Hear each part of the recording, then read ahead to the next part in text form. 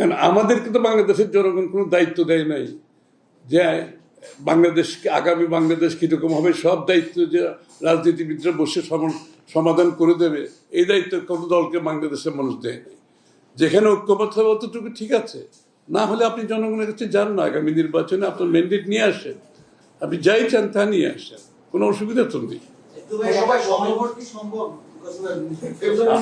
আমি তো বলছি কি সম্ভব না এটা আলোচনার বিষয় না। আলোচনার বিষয় হচ্ছে যতটুকু ঐক্যমত হবে তার বাইরে যাওয়ার কোনো সুযোগ নাই। নামেই হচ্ছে ঐক্যমত কমিশন, আপনি বুঝতে হবে তো। সুতরাং যতটুকু ঐক্যমত হবে তার মধ্যে আমাদেরকে কাজ করতে হবে, তার বাইরে তো থাকবে, তার বাইরে তো প্রত্যেক দলের অনেক কিছু আছে যেটা ঐক্যমত হয় নাই।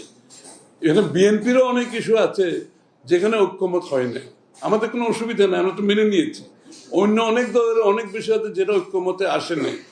সুতরাং তাদেরকে যেগুলো ঐক্যমত আসে নাই তাদেরকে আগামী নির্বাচনে জনগণের কাছে গিয়ে ম্যান্ডেট নিয়ে সংসদে আসতে হবে তো, তাই না? তার বাইরে কিছু করার তো কোনো দলের অধিকার নাই, আর কোনো দলের এই অধিকারও না যে জোর করে আরেকজনের উপর চাপিয়ে দেবে, তাই না? পরিষ্কার বিষয়। Thank you.